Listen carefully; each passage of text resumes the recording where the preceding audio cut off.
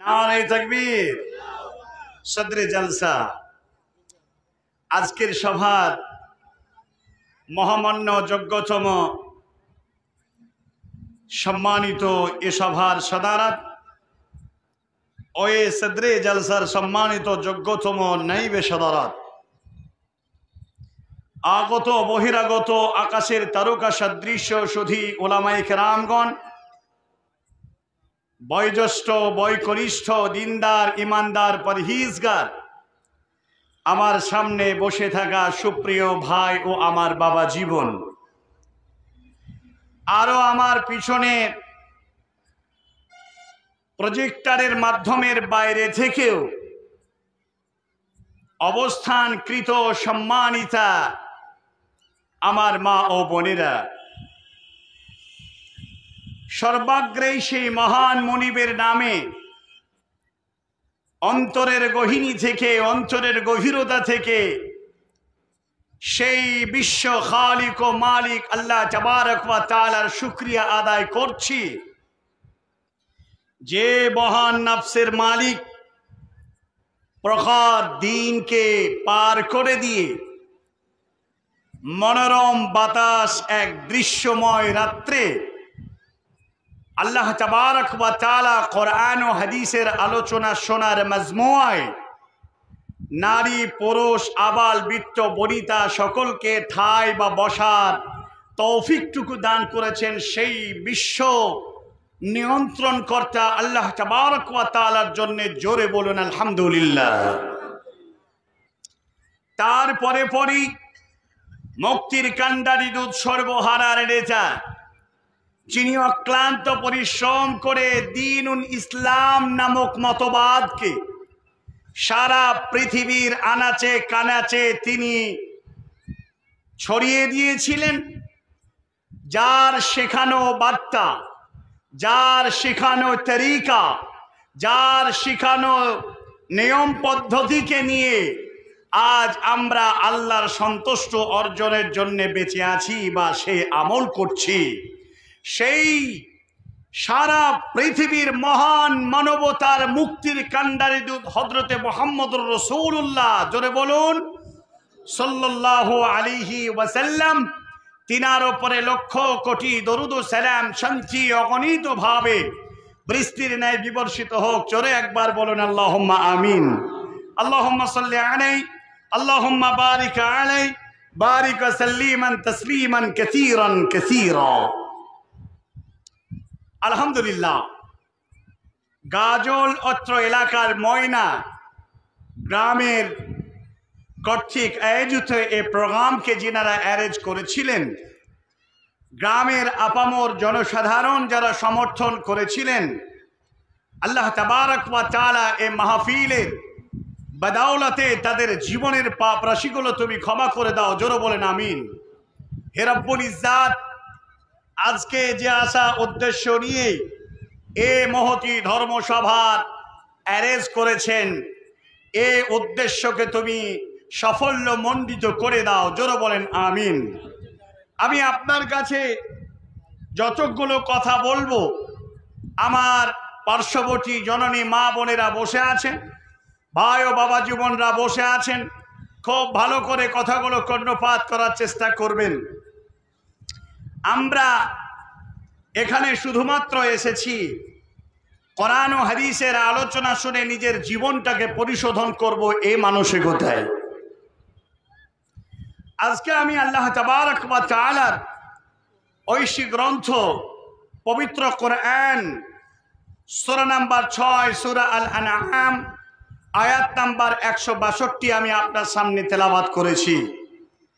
তাছাড়াও আপনার সামনে আরো অন্যত্র পবিত্র কোরআনুল কারীম থেকে আরো একটা আয়াতে কারীমার ছত্র পেশ করেছি। বিশুদ্ধ সূত্রে প্রমাণিত একটি হাদিস আমি আপনার সামনে আনয়ন করেছি। সুপ্রিয় উপস্থিতি, এই কোরআন আয়াত এবং নবীজির রমীয় বাণীকে সামনে রেখেই আমি আমার সংক্ষিপ্ত বক্তব্যের বিবরণ ইতি টানব ইনশাআল্লাহ। আমার তৌফিক ইল্লা বিল্লাহ।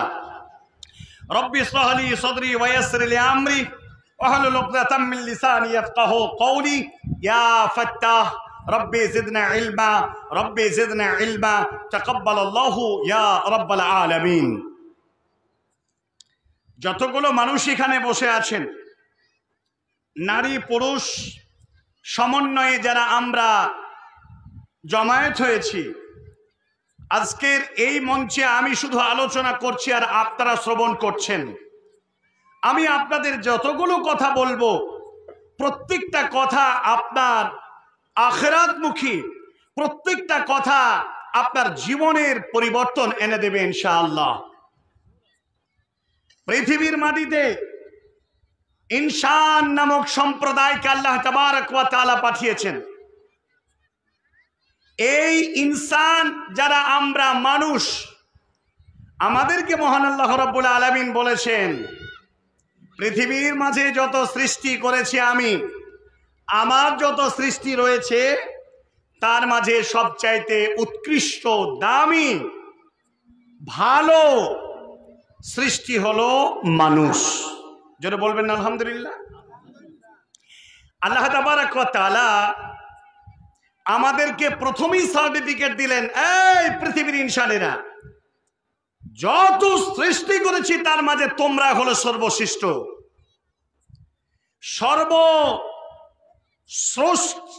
স্রষ্টা আল্লাহ তাবারক ওয়া তাআলা সৃষ্টির মাঝে উৎকৃষ্ট মানের সৃষ্টি হিসাবে আমি আল্লাহ তোমাদেরকে মানুষ হিসাবে সৃষ্টি করলাম।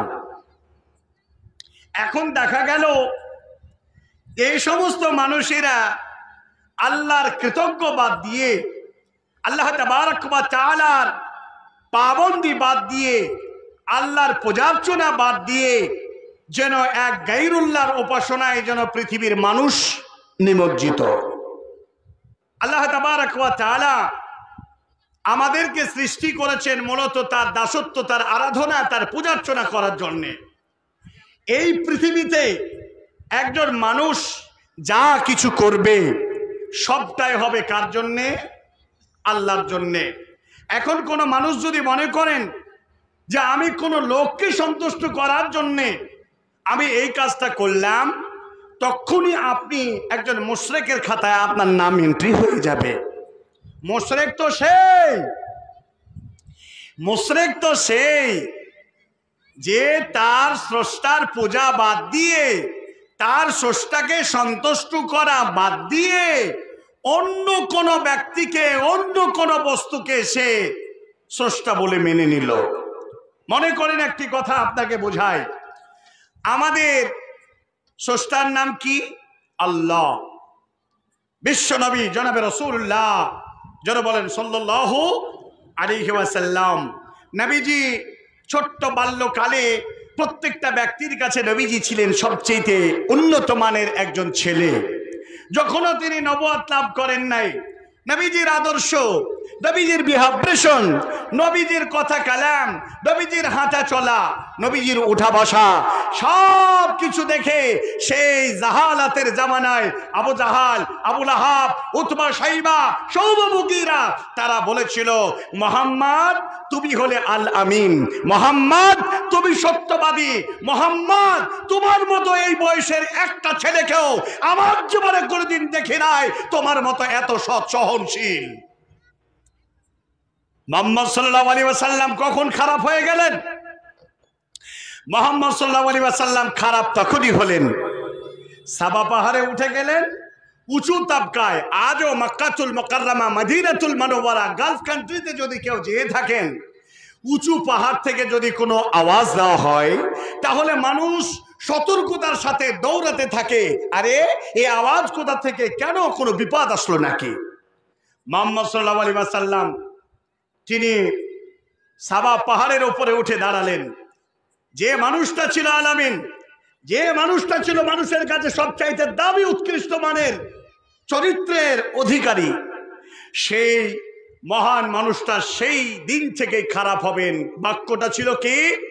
আল্লাহর নবী বললেন, হে আমার গোত্রের লোকেরা, হে আমার বংশের লোকেরা, এ আব্দে বানাফ গোষ্ঠীর লোকেরা, তোমরা শুনে নাও, আমি তোমাদের সবচেয়ে ভালোবাসার প্রিয় পাত্র ছেলে, আমার নাম মোহাম্মদ বিন আব্দুল্লাহ।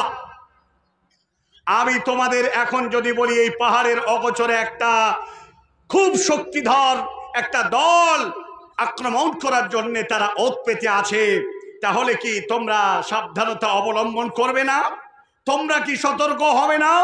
তোমরা কি সাবধানতা অবলম্বন করবে না? বলে, হ্যাঁ মুহাম্মদ, তুমি যা বলেছো তা যদি সত্যি হয় তাহলে আমরা অবশ্যই সাবধানতা অবলম্বনের পথে আমরা এগিয়ে যাব। আল্লাহর নবী বললেন, পৃথিবীর মাটি এমন কলুষিত হয়েছে, এই সময় তোমরা যার পূজা করো, তোমরা যার আরাধনা করো, তোমরা যাকে মারো, এ তোমাদের কোনো মুক্তি দিতে পারবে না। অতএব একমাত্র এই বাক্যটা তোমরা পড়ো, সেটা হলো কি? লা ইলাহা ইল্লাল্লাহ তুফলিহুন। একটা বাক্য তুমি পড়ো, নাই কোনো মাবুদ। এই যে লা ইলাহা, এই লা শব্দটা, এই যে কালেমায়ে তাইয়্যিব যেটা আমরা বলি, এটা কিন্তু আপনার কাছে আমার কাছে কোনো মূল্য না থাকতে পারে, কিন্তু লা ইলাহা ইল্লাল্লাহ এমন একটি মারাত্মক কালমা, এই কালেমার কারণে গোটা পৃথিবীর অন্ধকার যুগ থান থান করে ভেঙে গিয়ে এই কালেমার জোরে সারা পৃথিবী আলোয় আলোকময় হয়ে গেছে। প্রিয় ভাইরা, মুহাম্মদ সাল্লাল্লাহু আলাইহি ওয়াসাল্লাম তিনি বললেন, বলো লা। এই লায়ের অর্থ হলো না। আল্লাহ রাব্বুল আলামিন বলছেন লা, লা মানে না। এই লা মানে কোনো কিছুর পূজা করা যাবে না। 360 খানা মূর্তি কাবা ঘরে রয়েছে, এই 360টা মূর্তি কোনো পূজা করা যাবে না। লা মানে হবলের পূজা করা যাবে না। হবল নেই, মানাত নাই। লা মানে উজ্জা নেই, না মানে কোনো পাথরের নেই, না মানে কোনো জড় পদার্থের কাছে সিজদা করা যাবে না। ঈশ্বর বলে মানা যাবে না, আল্লাহ বলে মানা যাবে না, গড বলে মানা যাবে না। এই লা হলো এত বিষাক্ত একটি কথা তাদের কাছে হয়ে গেছিল। দীর্ঘদিন ধরে বাপ দাদা 14 পুরুষের ইবাদত করে তারা আসতেছিল। মুহাম্মদুর রাসূলুল্লাহ জোরে বলেন সাল্লাল্লাহু আলাইহি ওয়াসাল্লাম এক বাক্যে বলে দিলেন, লা মানে পৃথিবীর কোনো মাবুদকে মানা যাবে না ইল্লাল্লাহ, একমাত্র সত্য আল্লাহকে ছাড়া। পৃথিবীর মাটিতে একমাত্র শুধুমাত্র আল্লাহ এর পূজা ছাড়া আর কারো কাছে পূজা করা যাবে না, যাচাঙ্গা করা যাবে না। এইভাবে যারা আল্লাহকে এক বলে যারা মেনে নিল, আল্লাহ তাবারক ওয়া তাআলা নবী বলছেন এরাই হলো আল্লাহর খালিস মুখলিস বান্দা। বিশ্ব নবীকে আবু জাহাল আবুল আহাব তো প্রস্তর খণ্ড তুলে মেরে দিল। বন্ধনে আবার একটি ভাষা তারা বলেছিল, আবুল আহাব, ওরে মুহাম্মদ, এই জন্যে তুমি আমাদেরকে এই জায়গায় জমায়েত করেছো, পশ্চিম কালেও আমরা 360 খানা মূর্তি যে তৈরি করেছি, এই মূর্তিকে তোমার কথা শুনে আমরা তা ত্যাগ করতে পারবো না। মুহাম্মদ সাল্লাল্লাহু আলাইহি ওয়াসাল্লাম, ও জননী মা বোনেরা আমার, আল্লাহর নবী দাওয়াতের কার্যকলাপ শুরু করে দিলেন। নবুয়তের অপেক্ষায় তিনি চলে এলেন। বন্ধনে আবার আল্লাহ তাবারক ওয়া তাআলার কাছে প্রতীক্ষার পরে তিনি নবুয়ত লাভ করলেন। বিশ্ব নবীকে আল্লাহ তাবারক ওয়া তাআলা নবী হিসাবে গ্রহণ করে নিলেন। মানুষদের কাছে কাছে দাওয়াত দেওয়ার জন্য বললেন, কিন্তু বিশ্ব নবীকে আল্লাহ বলে দিলেন, ওগো নবী মুহাম্মদ, মানুষদেরকে বুঝাবে তুমি বুঝাও, কিন্তু মানুষদেরকে তুই প্রেসার ক্রিয়েট করে বোঝাতে পারবে না। লাঠি দিয়ে মেরে মানুষকে সোজা করে আমাকে চিনাতে হবে না। শুধুমাত্র মানুষদেরকে বলে দাও, শুধুমাত্র ইনসানদেরকে বলে দাও, আল্লাহ ছাড়া তোমার দ্বিতীয় কোনো ইলাহ নেই, মাবুদ নেই। 360 খানা মূর্তির পূজা করা চলবে না।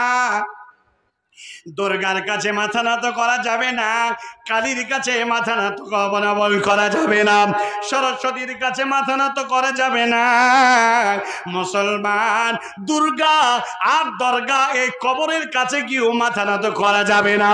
বা যদি বাচ্চাকে শরীরের গায়ে মাতলি বেঁধে দেয়, এটাও বান্দা যাবে না।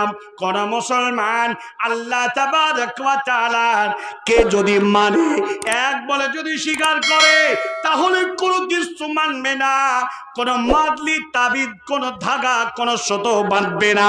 নিঃস্বার্থভাবে ইখলাসের সাথে পরিচয় দেবে, লা ইলাহা ইল্লাল্লাহ মুহাম্মাদুর রাসূলুল্লাহ।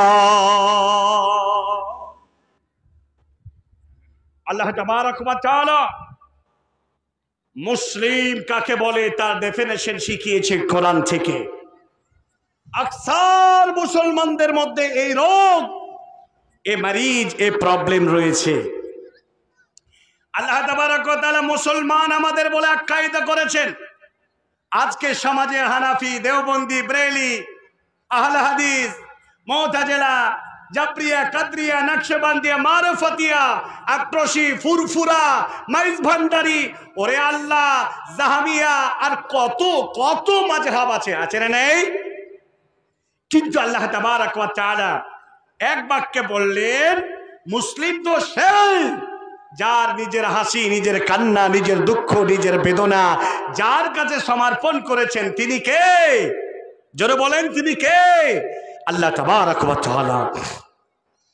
এখন আমরা এই আল্লাহ তাবারক ওয়া তাআলাকে বাদ দিয়ে যদি কোনো মানুষকে সন্তুষ্ট করি তাহলে মুশরিক। আল্লাহ তাবারক ওয়া তাআলাকে ছাড়া যদি কাউকে সিজদা দিই তাহলে আমি মুশরিক। এই লা ইলাহা ইল্লাল্লাহ মুহাম্মাদুর রাসূলুল্লাহ যে ব্যক্তি একবার হৃদয়ে গেঁথে নিয়ে বলে দিয়েছেন, আর তার উপরে আপনি স্ট্রিক্টলি দাঁড়িয়ে থেকেছেন, জেনে রাখেন পৃথিবী ছাড়ার পরে আপনার স্থান জান্নাতুল ফেরদাউস। জোরে বলুন সুবহানাল্লাহ। হে গাজল ময়নাত্র এলাকার অধিবাসী, ভালো করে শুনে নেন, মুহাম্মাদুর রাসূলুল্লাহ সাল্লাল্লাহু আলাইহি ওয়াসাল্লামের জামানার পূর্বের কথা বলি। আল্লাহ তাবারক ওয়া তাআলা যে তিনি রব, এক ও অদ্বিতীয়, এই কথাটা যদি কেউ বলে, পবিত্র কোরআন ভালো করে শুনুন, আল্লাহ রাব্বুল আলামিন তিনি বলছেন, কি বলছেন? বিসমিল্লাহির রহমানির রহিম। ইন্নাল্লাযীনা ক্বালু রাব্বুনাল্লাহ সুম্মা ইসতাকামু تتنزل عليهم الملائكة ألا تخافوا ولا تحزنوا وأبشروا بالجنة التي كنتم توعدون। আল্লাহ তাবারক ওয়া তাআলা তিনি বলে দিয়েছেন, পৃথিবীর মাটিতে কোন ব্যক্তি যদি বলে ইন্নাল্লাযীনা ক্বালু রাব্বুনাল্লাহ, আমার রব আল্লাহ, আমার রিজিক দাতা আল্লাহ, আমার হায়াত দাতা আল্লাহ, আমার মওত দাতা আল্লাহ, আমার সম্মান দাতা আল্লাহ, আমার বেইজ্জত করনে ওয়ালা আল্লাহ, আল্লাহ তাআলা ছাড়া পৃথিবীর কোন ইলাহকে আমি মানি না।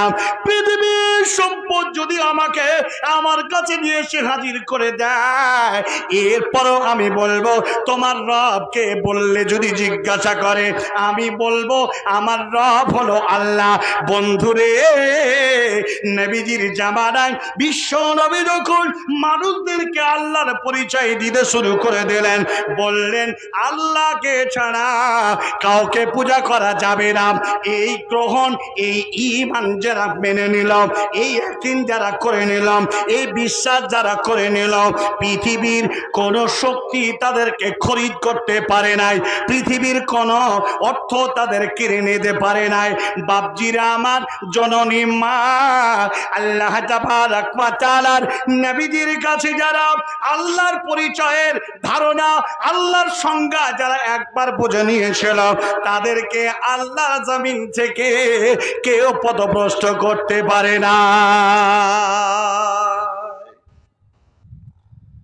রাসূল করিম সাল্লাল্লাহু আলাইহি ওয়াসাল্লামের জামানায় সর্বপ্রথম যারা ইসলাম কবুল করেছিল তাদের ঈমান আর আমাদের ঈমান কতটা পার্থক্য।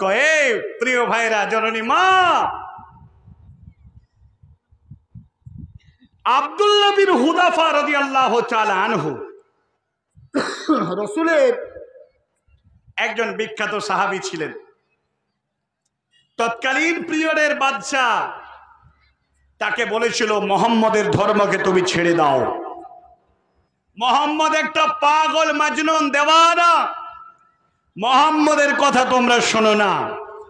আবু জাহাল, আবু লাহাব, উতবা, শাইবা তৎসহ এই ধরনের সন্ত্রাসী ব্যক্তিরা নবীজির কথাকে শ্রবণ করা থেকে মানুষদেরকে বঞ্চিত করার হাজারো উপায় তারা, হাজারো ফন্দি তারা তৈরি করেছিল।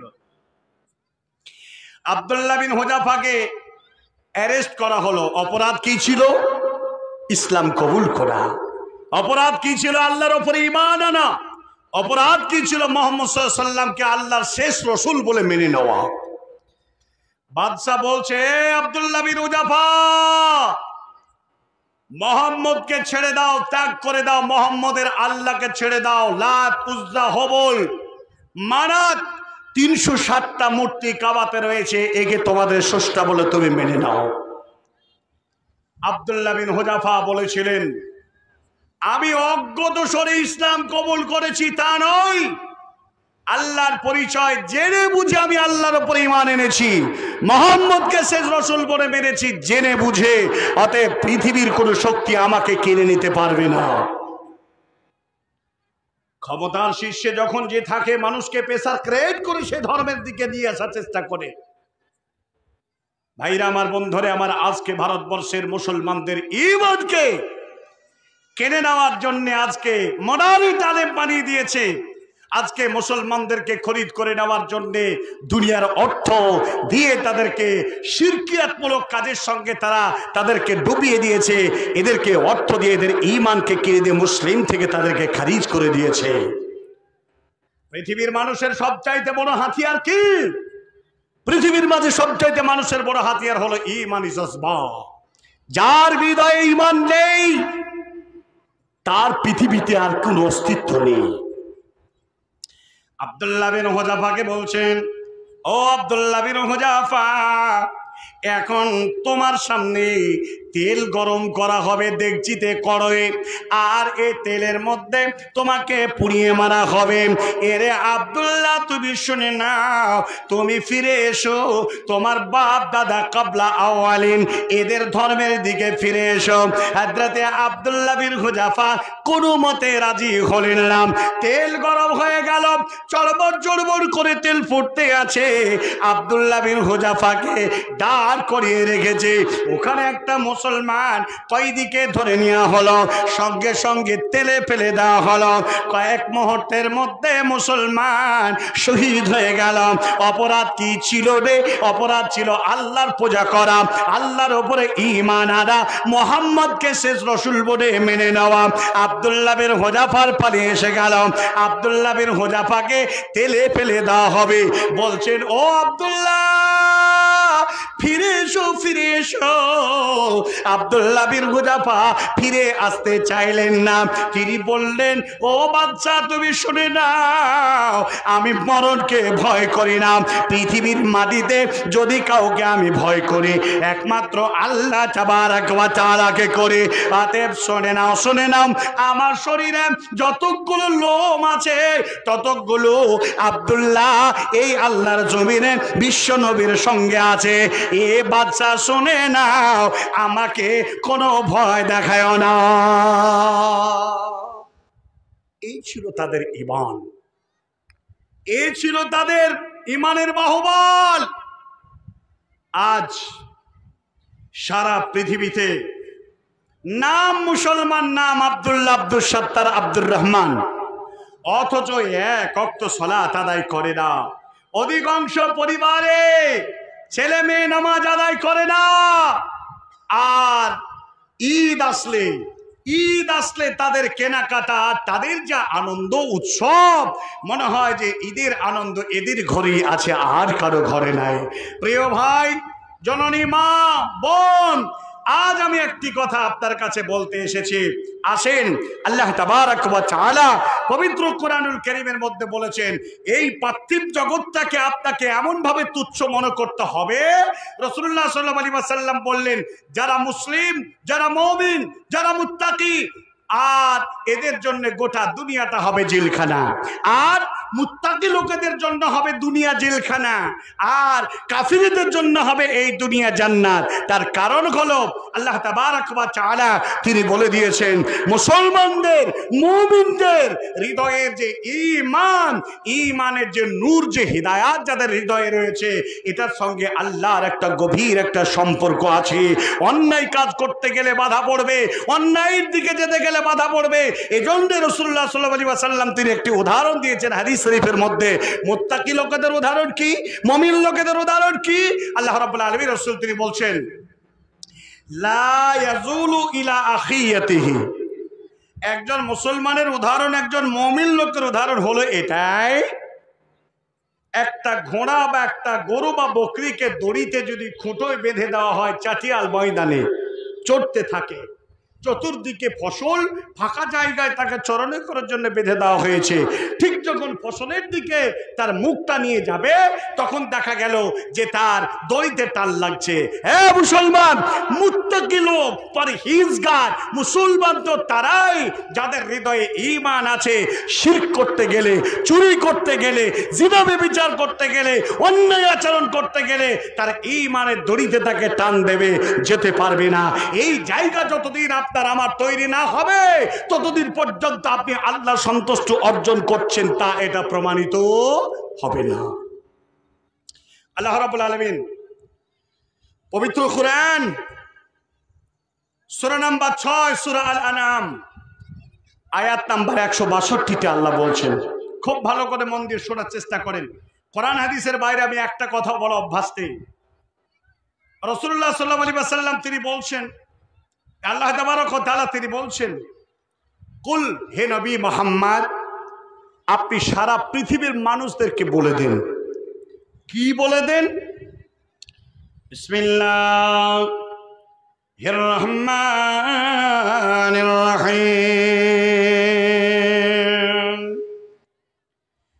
কুল, আল্লাহ বলছেন, ও নবী গো, আপনি বলে দেন, বলে দেন, বলে দিন, ইন্না সলাতি, আমার নামাজ, ওয়া নুসুকি, এবং আমার কুরবানি, ওয়া হায়াতি, ওয়া মামাতি, ওয়া মাহইয়া, পৃথিবীতে বেঁচে থাকা, ওয়া মামাতি লিল্লাহি রাব্বিল আলামিন, সবটা হবে আল্লাহর জন্য।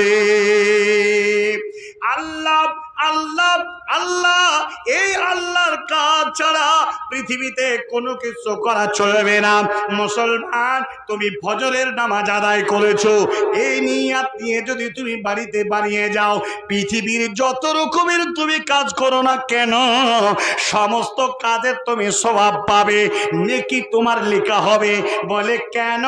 ইবাদত করে এসেছ, এই অবস্থাতে দুনিয়ার সময়ের ফুরসতে কাজ করতে আছো, অতএব যত কাজ করবে তত তোমার নেকি হবে।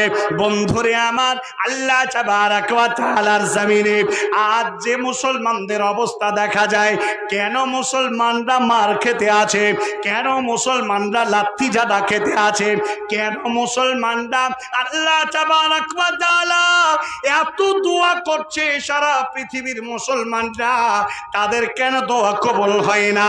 তার পেছনে একটাই কারণ, বিশ্ব নবী বলে দিয়েছেন, ওরে আমার উম্মতে মুহাম্মদ, আমি তোমাদের মাঝে দুটি জিনিস ছেড়ে গেলাম, একটার নাম হলো আল্লাহ তাবারক ওয়া তাআলার কোরআন, অপরটার নাম হলো আমার অমীয় বাণী হাদিস।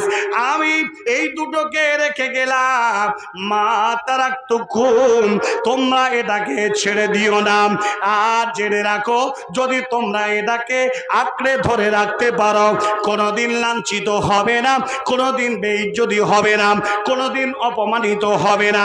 যদি তোমরা কোরআন ছেড়ে দাও, যদি তোমরা হাদিস ছেড়ে দাও, পৃথিবীর কোনো শক্তি নাই তোমাদেরকে বেইজ্জতি থেকে বাঁচাতে পারবে।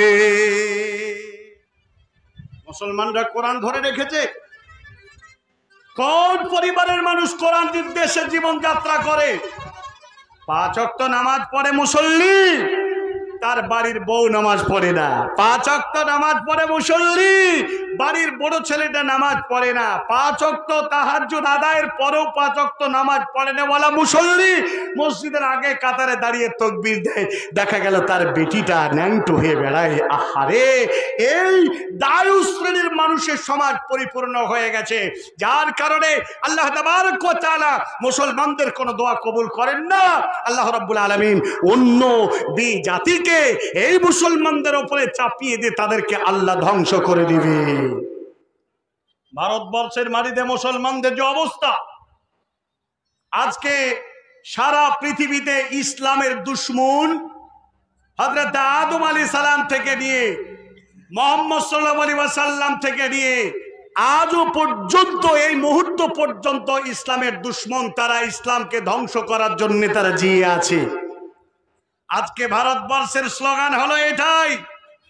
1947 সালে আপামর জনসাধারণ ভারতবর্ষের মানুষ, হিন্দু মুসলিম জৈন খ্রিস্টান, ডোম ডকল মুচি ধাঙর, এককভাবে আমরা একত্রিত হয়ে এ দেশের সন্ত্রাস ইংরেজদেরকে বিদায় করার জন্যে 57,000 আলেমের প্রাণ দিয়ে দেশটাকে স্বাধীন করা হয়েছিল। এদেশে মুসলমানদের অধিকার নেই।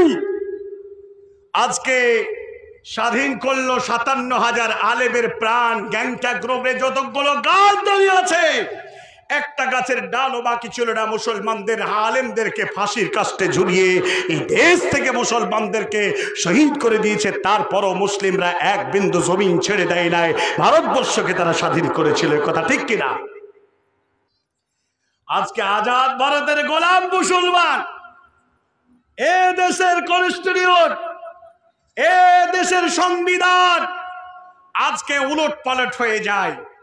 ভারতবর্ষের মুসলমানদেরকে ভারতের মাটিতে রাখতে দেবে না, এই প্ল্যান পরিকল্পনা নিয়ে তারা ফিল্ডে নেমেছে। আজকে যারা ভারতবর্ষের মুসলমানদেরকে, কোরআন মাজিদ মাননেওয়ালাদেরকে, হাদিস মাননেওয়ালাদেরকে, এই মুসলমানদেরকে আজকে তারা লাঠি ঝাঁটা মারছে, কোরআন তাদেরকে পড়তে দেবে না, কোরআনের হিফাজত করতে দেবে না। জেনে রাখো, সারা পৃথিবীতে ফিরাউনের চেয়ে বড় সন্ত্রাসী এখনো তোমরা কেউ ক্ষমতার শীর্ষে পৌঁছাতে পারোনি। সেই ফিরাউন আজ মাটির তলায়, পানির তলায় পচা কাদা খেয়ে আল্লাহ তাকে ডুবিয়ে ছারখার করে দিয়ে কিয়ামত পর্যন্ত তাকে নিদর্শন হিসাবে বাঁচিয়ে রেখেছে। দেখো, সারা পৃথিবীর সীমা লঙ্ঘনকারীরা ইসলামকে যদি কোনোদিন ধ্বংস করতে আসো, তাহলে তোমরা ফিরাউনের মতো ধ্বংস হবে। কথা ঠিক কিনা? ভাইজান, ভয়ের কোনো কারণ নেই। আজ এ মুসলমান আমরা কোরআনুল কারীমকে যদি মজবুত করে ধরে রাখতে পারি, তাহলে কোনোদিন আমাদেরকে কেউ পথভ্রষ্ট করতে পারবে না। মুসলমানরা সন্ত্রাস নয়, সন্ত্রাসকে সাপোর্ট করেও না। অতএব মুসলমানদের বাহুবলের ঢাল হলো, শরীরের ঢাল হলো, বেঁচে থাকার ঢাল হলো ঈমান। যার ঈমান আছে তাকে কোনোদিন আল্লাহর জমিন থেকে তোমরা সিএ করো, আর তোমরা ইনফিয়ার চালু করে দাও, আর যাই তোমরা করো না কেন, মুসলমান যাকে আল্লাহ রাখবেন পৃথিবীতে, তাকে তোমরা কেউ উৎখাত করতে পারবে না। আল্লাহ রাব্বুল আলামিন যাকে রাখবে সে থাকবে, যাকে রাখবে না তুমি হাজার চেষ্টা করলেও তুমি সেখানে থাকতে পারবে না। এই জন্য আমি একটি কথা আপনাকে বলে যাই। মুহাম্মদ রাসূলুল্লাহ সাল্লাল্লাহু আলাইহি ওয়াসাল্লাম বলেছিলেন একজন সাহাবাকে, বিশ্বনবী কাবা গৃহের শাহানে তিনি চাদর মুড়ি দিয়ে শুয়ে আছেন। হযরতে খাব্বাব বিন আত রাদিয়াল্লাহু তাআলা আনহু নবীজির কাছে গেলেন। আল্লাহর নবীকে গিয়ে বলছেন, ইয়া রাসূলুল্লাহ, মক্কার মাটিতে এত দুরবস্থা, কোন মুসলমান নিরাপদে থাকতে পারছে না। মা বোনেদেরকে ধর্ষণ করে হত্যা করে দিতে আছে, মুসলমানদেরকে মেরে ফেলছে। ইয়া রাসূলুল্লাহ, আমরা সহ্য করতে পারলাম না। আল্লাহ তাবারক ওয়া তাআলার কাছে আমাদের সাহায্য চান। বিশ্বনবী জনাবে রাসূলুল্লাহ, জোরে বলেন সাল্লাল্লাহু আলাইহি ওয়াসাল্লাম। নবীজি বললেন, ও খাব্বাব বিন আদ, তুমি বলো গো, না জানি তোমাদের ওপরে কি বা নির্যাতন এসেছে, তোমার এত ঠুনকো ইমানের মতো কথা কেন? ও খাব্বাব, মুসলমানদের কেমন ইতিপূর্বে ইমানি জজ্বা ছিল তুমি শুনে নাও।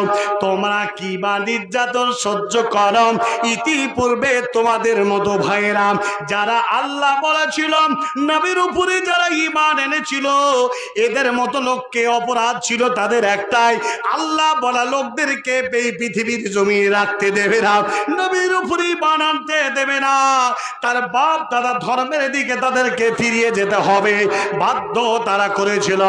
ঈমানি মজবুত ওলা মুসলমান তার উপরে দাঁড়িয়েছিল। ওরে খাব্বাব শুনে নাও, তাদেরকে তাজা মানুষটাকে তাদের শরীরের উপরে করজ দিয়ে মানুষটাকে ফাঁদতে শুরু করলো, তাজা তাহারা মানুষটাকে ফেলে দ্বিখণ্ডিত করে দিল।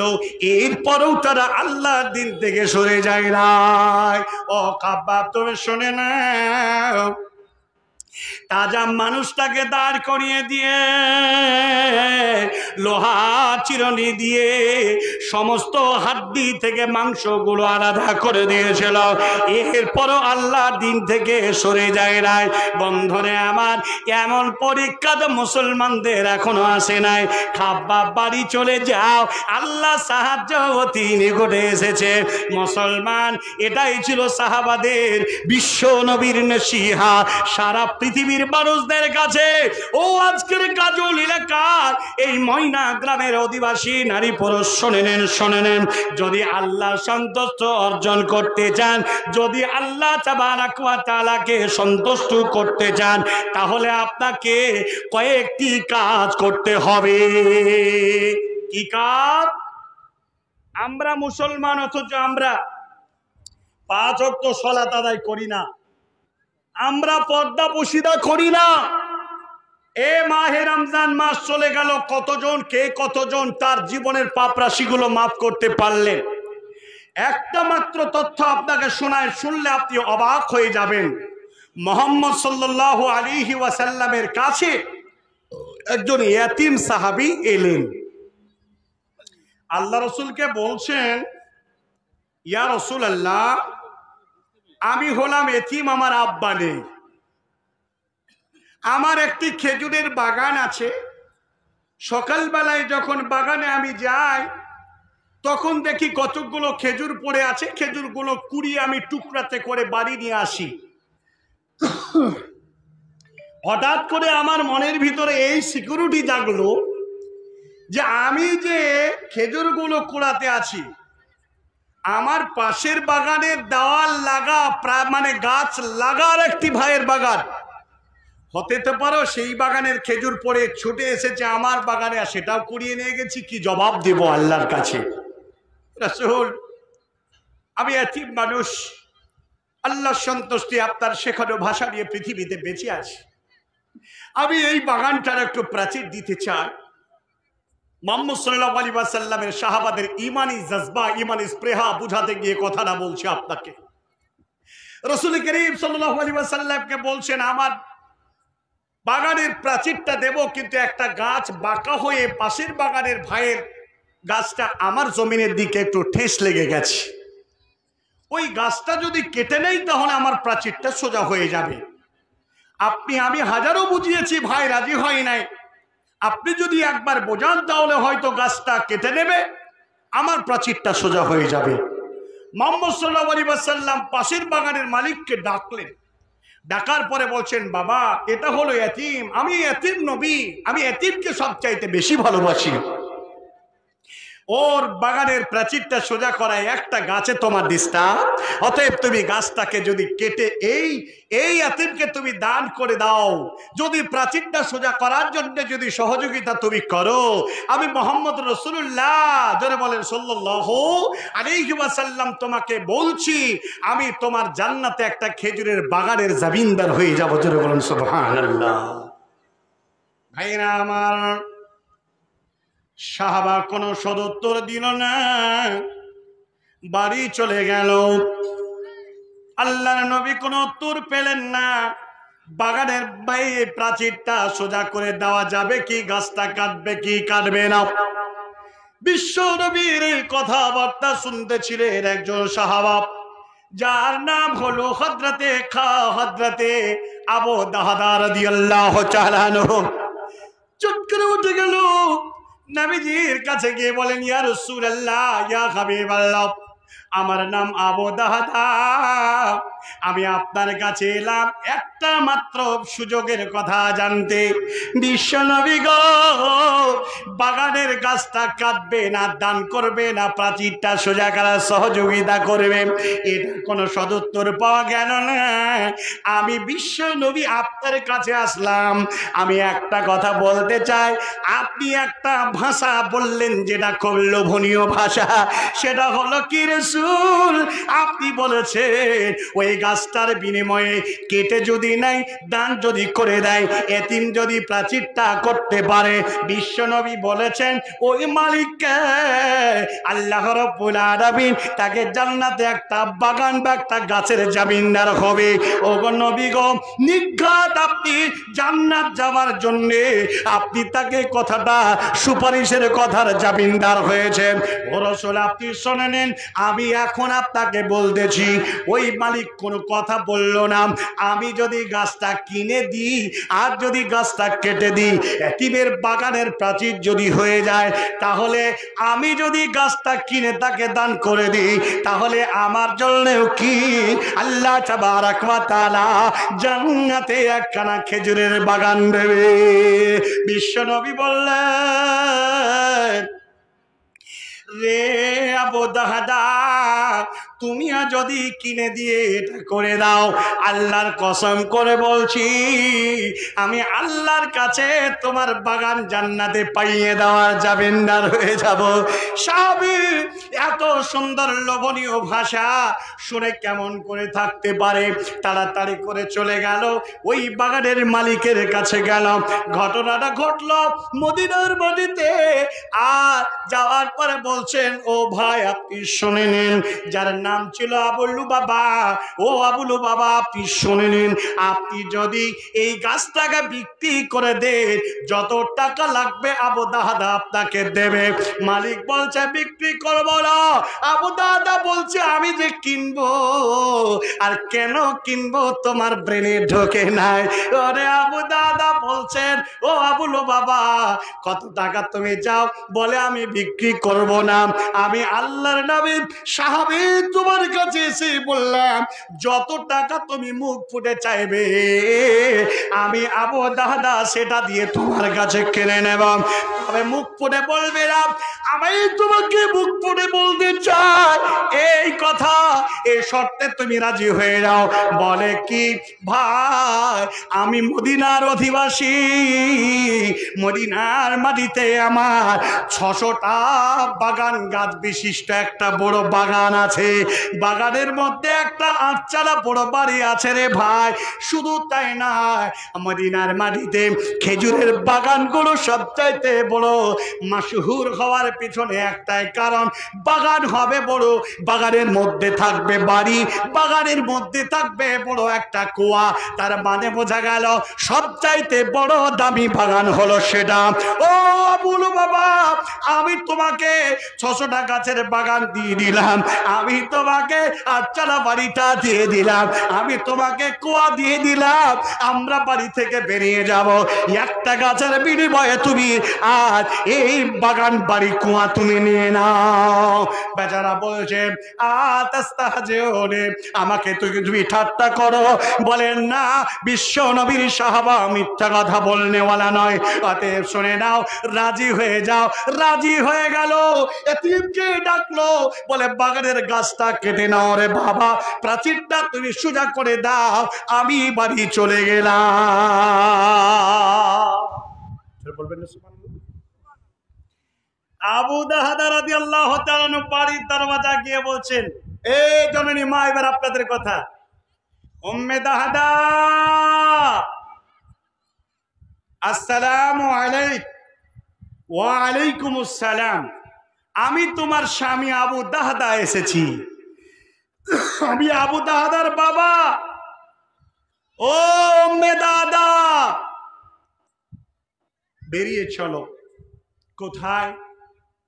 বাগান বিচে দিয়েছি, বাড়ি বিক্রি করে দিয়েছি, খুব বেচে দিয়েছি। এটা এখন আমাদের আর বাগান নাই। সন্তানদের নাও, সব পুরি থাক, ছেলেগুলোর হাত ধরে নিয়ে চলো যায়। মেয়েদের তো নৈতিক দায়িত্ব। স্বামী যান, এত বড় বাগান আপনি বিক্রি করলেন, লস করলেন না লাভ করলেন? কোন পথে আপনি বিক্রি করলেন? আমার জানার তো অধিকার আছে, একটু বলুন। বলছে আমি আমার বাগান, বাড়ি, কুয়া, বিশ্বনবীর একটা কথার বিনিময়ে, একটা গাছের বিনিময়ে, জান্নাতের বাগান খরিদ করার বিনিময়ে আমি সব বেচে দিয়েছি। আমার বাবাকে জোরে বলুন সুবহানাল্লাহ। মেয়েটা হাও মাও করে কেন্দ্র বলে আল্লাহ, এমন স্বামী সবাই পায় না। যে স্বামী একাই জান্নাতে যাবে চায়, পুরা পরিবার স্ত্রী সন্তানদের নিয়ে জান্নাতে যেতে চায়। আল্লাহ গো, আজকে আমার স্বামী উত্তম ব্যবসার সওদা করেছেন, জান্নাতের বিনিময়ে একটা গাছ কিনতে গিয়ে 600টা গাছ বিশিষ্ট বাগান বাড়ি খোয়া দিয়ে দিয়েছেন। স্বামী আর স্ত্রী যাবে কোথায়? সন্তানগুলোকে নিয়ে দ্বিতীয় কোনো জায়গা দাঁড়ানোর নাই, ওরা পথ ধরে চলতে শুরু করলো। যাবে কোথায়? জান্নাতের পথে মনে করেন তারা চলতে শুরু করলাম। ও মুসলমান, এটাই হলো আল্লাহ আল্লাহ রসুলের ভালোবাসা দেওয়ালা মুসলমান। এ হলো ইমানি জজবা, এ হলো ইমানি তারাক্কি। অতএব আজকে আমরা কেমন মুসলমান, এত বড় মসজিদের জন্য আপনার কাছে টাকা পয়সা চাই, বারবার চাই, পকেট থেকে বের করে দিতে আপনার কষ্ট হয়। আর জান্নাতের জন্য আল্লাহ রসুল হাদিস শরীফের মধ্যে বলে দিয়েছেন, মান বানা লিল্লাহি মসজিদান বানাল্লাহু লাহু বাইতান ফিল জান্নাত। পৃথিবীর মাটিতে যদি কেউ আল্লাহ রাব্বুল আলামিনের একখানা মসজিদ কেউ বানিয়ে দেয়, ঘর বানিয়ে দেয়, সামর্থ্য অনুযায়ী অংশগ্রহণ পর্যন্ত করে, তার জন্য আল্লাহ তাবারক ওয়া তাআলা জান্নাতে একখানা ঘর বানিয়ে দেবে। এ কথা শোনার পরেও আজকে আমাদের হৃদয় গলেনি, আজকে আমাদের মন গলেনি, রাসূলের উপরে আমাদের ভালোবাসা জন্মেনি, আল্লাহ তাবারক ওয়া তাআলার উপরে ভালোবাসা জন্মেনি। ভাইজান, আজকের উদ্দেশ্য কি? মসজিদ নাকি মাদ্রাসা? তো এই যে মাদ্রাসা কথা বলছিলাম, মসজিদ সেটা ভুল। এই যে মাদ্রাসা, এই আল্লাহ রাব্বুল আলামিন রাসূল এই হাদিস বলেছেন, মান বানা লিল্লাহি বাইতান বানাল্লাহু লাহু বাইতান ফিল জান্নাত। মানে আমি সেটা করছি না, আমি আমার উদ্দেশ্যটা আপনি বুঝতে পারছেন। আমি কালেকশন করছি না, আমি শুধুমাত্র আপনার জজবা বোঝানোর জন্য কথাটা বলছি। তো কেউ যদি একটা মসজিদ অথবা একটা ঘর যদি কেউ বানিয়ে দেয়, আল্লাহ বলছেন যে তাকে জান্নাতের একটা ঘর বানিয়ে দেওয়া হবে। পৃথিবীর মানুষ আজকে আমাদের মাদ্রাসা, মসজিদ, গোরস্থান, ঈদগাহ, এত কিছু বানানোর জন্য আমরা টাকা পয়সা চাই, তো আমাদের পকেট থেকে অর্থ বেরোয় না। দাও দাও দাও, রাস্তাঘাটে মাইকে ছাত্র তালবিলি মৌলবি সাহেব মাইক বাজিয়ে ভিক্ষা করে করে করে সমাজকে কলুষিত করে ফেলল। আমি বলতে চাই, আল্লাহ তাবারক ওয়া তাআলা মুখলেস যদি বান্দা হতে হয়, তাহলে আপনাকে অনেকগুলো পথ পাড়ি দিতে হবে। খুব ভালো করে কথাগুলো একটা একটা করে এবার আমি কথা থ্রয়িং করছি, কথাগুলো ধরে নিন আর তার উপরে আমল করুন। পৃথিবীর মাটিতে মানুষ যত আজকে পাপের জমিনে ডুবে গেছে, নারী পুরুষ, এই পাপ পাপে পাপে পৃথিবীর মেঘের মতো ঢাপ লেগে গেছে। আল্লাহর গজব এখনো আসে নাই। তার পিছনে একটি কারণ, মুহাম্মদ সাল্লাল্লাহু আলাইহি ওয়াসাল্লামের মৌলিক দোয়া আছে, ভাইজান রাসূলুল্লাহ সাল্লাল্লাহু আলাইহি ওয়াসাল্লাম তিনি বলে দিয়েছেন, পৃথিবীর মাটিতে দুইজন ব্যক্তি জাহান্নামে যাবে। এই দুইজন ব্যক্তিকে আমি দেখে যেতে পাবো না, আমি মরে যাওয়ার পরে এই দুই শ্রেণীর মানুষের আবির্ভাব হবে। এরা কারা? এরা কারা? আজকে দেখবেন মানুষ, এক শ্রেণীর মানুষেরা মানুষদেরকে লাঠি দিয়ে পিটিয়ে পিটিয়ে হত্যা করছে। বার্মায় করছে, বার্মায় করলো, মায়ানমারে করলো। সারা পৃথিবীর টিভির পর্দা, মোবাইলের পর্দায় যদি দেখেন, লাঠি দিয়ে পিটিয়ে মানুষকে হত্যা করছে। অথচ আল্লাহ তাবারাক ওয়া তাআলা তিনি বলে, রাসূল বলে দিয়েছেন, সিনফান মিন আহলিন নার লাম আরাহুমা কওমুম মাহুম সিয়াতুন কাআদনাবিল বাকার। এই শ্রেণীর মানুষেরা যাদের হাতে গরুর লেজের মতো গিটগিটওয়ালা লাঠি থাকবে, তারা মানুষদেরকে পিটিয়ে হত্যা করবে, এরা জাহান্নামে যাবে। দুই, এরা জান্নাতের সুঘ্রাণটুকু এদের তাকদীরে, এদের নসিবে জুড়বে না। দুই শ্রেণীর মানুষ তারা জাহান্নামে যাবে। তারা কারা?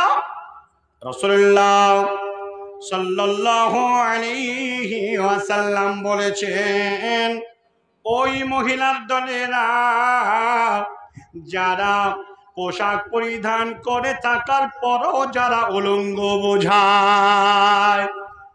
আজকালকার জামানায় মুসলমান অমুসলমান কি এমন তাদের সভ্যতার এমন এক বেশভূষা চালু হয়ে গেছে, এমনকি পোশাক পরিধান তারা করে। পোশাক পরিধান করার পরেও নারীদেরকে উলঙ্গর মধ্যে সমস্ত সব কিছু দেখা যায়। ও আমার ময়না, এলাকার গ্রামবাসী যারা এসেছেন, আগত বহিরাগত মুসলমান মা বোনেরা, আপনারা শুনে নিন। আল্লাহ তাবারাক ওয়া তাআলা রাসূল তিনি বলে দিয়েছেন, ওয়ালিসাউন কাসিয়াতুন আরিয়াতুন মুমিলাতুন মাইলাত ওয়ারসুহুন্না কাসনিমাতিল বুখতি মাইলাত লা ইয়াদখুলনাল জান্নাতা ওয়ালা ইয়াজিদুনা রিহা। আল্লাহ তাবারাক ওয়া তাআলা নবী বলে দিয়েছে, ওই নারীরা যারা পোশাক পরিধান করার পরেও যারা উলঙ্গ, কেমন উলঙ্গ? আল্লাহ তাবারাক ওয়া তাআলা নবী বলে দিয়েছে, তারা এমন করে সাজবে, মুখে তারা লিপস্টিক ঘষবে, হাতে আঙুলে তাদের নখ পালিশ দেবে, তারা এমন পোশাক পরিধান করবে সমস্ত শরীর তাদের বোঝা যাবে। শুধু তাই নয়, পুরুষরা তাদের দিকে আসার কোনো প্রয়োজন হবে না। পুরুষদের দিকে মেয়েরাই ছুটে যাবে। মুসলমান আজ এত জিনা, এত ব্যভিচার হবার একটাই কারণ, এত ধর্ষণ হওয়ার একটাই কারণ, নারীরা রাস্তা দিয়ে চলে। একজন খায়সাতি নাফসিওয়ালা মুসলমান হোক অমুসলমান হোক, ইনসান নামক ব্যক্তি যদি ওই নারীটার দিকে একবার তাকায়, মনের ভিতরটা গরম হয়ে যায়। কেন না, শুনে রাখেন, নারী এমন একটি গোপন একটা বস্তু বা একটা সম্পদ পৃথিবীর মাটিতে। এই সম্পদকে আল্লাহ তাবারাক ওয়া তাআলা পুরুষদের জন্য নিয়ামত বলে ঘোষণা করেছেন, পুরুষদের জন্য শান্তির বস্তু বলে ঘোষণা করে দিয়েছেন। মুসলমান এই নারীকে কোন পুরুষ যদি তার একবার তার গলার নিচেটাই একবার যদি তার নজরে এসে যায়, পুরুষরা সেই স্থির থাকতে পারবে না। তার মাথার ভিতরে তার ব্রেনের কম্পিউটার চালু হয়ে যাবে। মেয়েটাকে আদ্যপান্ত কল্পনার জগতে মেয়েটাকে নিয়ে এসে সবকিছু খুলে ফেলবে। বন্ধুরে আমার, আর সেই মানুষটা যদি প্রকৃত পক্ষে উলঙ্গ নারীদেরকে দেখে, আর তাহলে তার ভিতরে কেমন করে থাকতে পারে? এই জন্য জিনা হচ্ছে, এই জন্য ধর্ষণ হচ্ছে। এখন নারীরাই পুরুষদের দিকে ছুটে চলে যায়। আল্লাহ রাসূল বললেন, এই নারীরা জাহান্নামে যাবে। যারা লম্বা লম্বা করে মাথার চুলের ঝুঁটি এই জায়গায় খোপা বাঁধে, রাস্তায় হাতে চুলগুলো হিলে দুলে, হ্যাঁ, পুরুষদের দিকে সেজে কোজে হেঁটে চলে যায়। বিশ্ব নবী বললেন লা ইয়াদখুলনাল জান্নাতা, এরা কোনোদিন জান্নাতে যাবে না তো যাবে না তো যাবে না, ওয়ালা ইয়াজিদনা রিহিহা, এই নারীরা জান্নাতের সুঘ্রাণ ঠুকে এদের তাকদীর, এদের নসিবে জুটবে না। জোরে বলুন সুবহানাল্লাহ। মা, ভাই, বাবা জীবন, আরেকটা হাদিস বলছি, শুনে যান। শুধু আপনাকে স্মরণ করাতে এসেছি, আপনি জাহান্নামে যাবেন না জান্নাতে যাবেন, কোন রাস্তা আপনি বাঁচবেন পার্থক্য করতে এসেছি। রাসূলুল্লাহ সাল্লাল্লাহু আলাইহি ওয়াসাল্লাম বললেন, দুই শ্রেণীর নারী পুরুষ তারা পাপ না করেই পাপী হবে। কেমন? বর্তমান জামানায় জুয়া, লটারি, লুডো, তাস, ক্যারাম বোর্ড, রকমারি তাস খেলা, রকমারি গুটি চালা, এই জুয়া খেলা আছে না নেই? সমাজে ভরপুর আছে না নেই? এখনো এ ধরনের জুয়া খেলা চলে। আরে জুয়া খেলবে যে সে তো জাহান্নামে যাবে, জুয়ার গুটি লাড়বে যে সে জাহান্নামে যাবে। রাসূল বলেছেন শুধুমাত্র যদি মুখে একবার বলে এসো জুয়া খেলি, বলছে এই লোকটি এত পাপী হলো, তার হাতে জুয়ার কোনো তাস নেই, গুটি নেই, শুধু বন্ধুকে ডেকেছে এসো জুয়া খেলি। এই কথাটার অপরাধ যদি ক্ষমা করার জন্য ফায়সালা ইসলামে চাই, তাহলে 10 জন ফকির মিসকিনকে 12.5 কেজি করে শস্য দানা তাকে কাফারা দিতে হবে। হে মহিলা সম্প্রদায় শোনে নেন, ওই নারী কোন পুরুষের বিছানায় গিয়ে জিনা ব্যভিচার দৈহিক কোন মিলনের কোন প্রয়োজন মিলন না করেই সে মেয়েটি জিনাকারিনী হয়। আল্লাহ রাসূল বললেন ওয়াল্লাহে ওয়াল্লাহে ওয়াল্লাহে, আল্লাহর কসম করে বলছে আমি মুহাম্মদ রাসূলুল্লাহ সাল্লাল্লাহু আলাইহি ওয়াসাল্লাম, এই মেয়েটা ব্যভিচারিণী। বলে কোন মেয়েটা? কোন মেয়েটা ব্যভিচারিণী? মুহাম্মদ সাল্লাল্লাহু আলাইহি ওয়াসাল্লাম তিনি বলছেন কোন নারী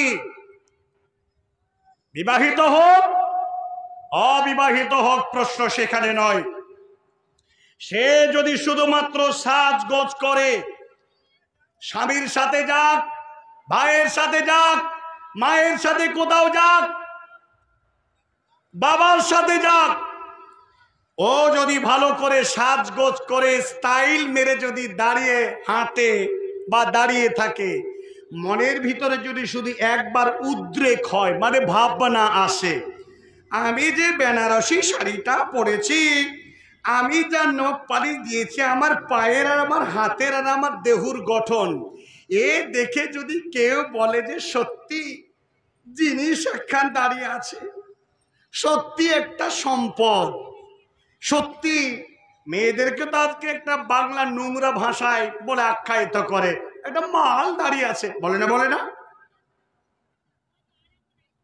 উত্তর দেন না, বলে না? বলে না? আরে মেয়েরা তো অবশ্যই মাল, ও হয়তো নোংরা ভাবে ব্যবহার করার কথা বলে মাল, কিন্তু বাস্তব কথা মেয়েরা মাল। এর প্রমাণ দলিল ছাড়া কথা বলি না।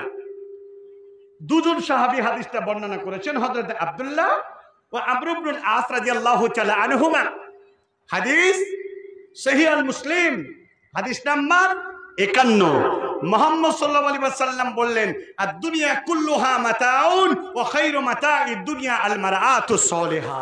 পৃথিবীর মাটিতে সবচাইতে দামি মাল হলো টাকা, বাড়ি, গাড়ি, অট্টালিকা, ব্যাংক ব্যালেন্স, হিরে জওহর, মণি, মুক্তা।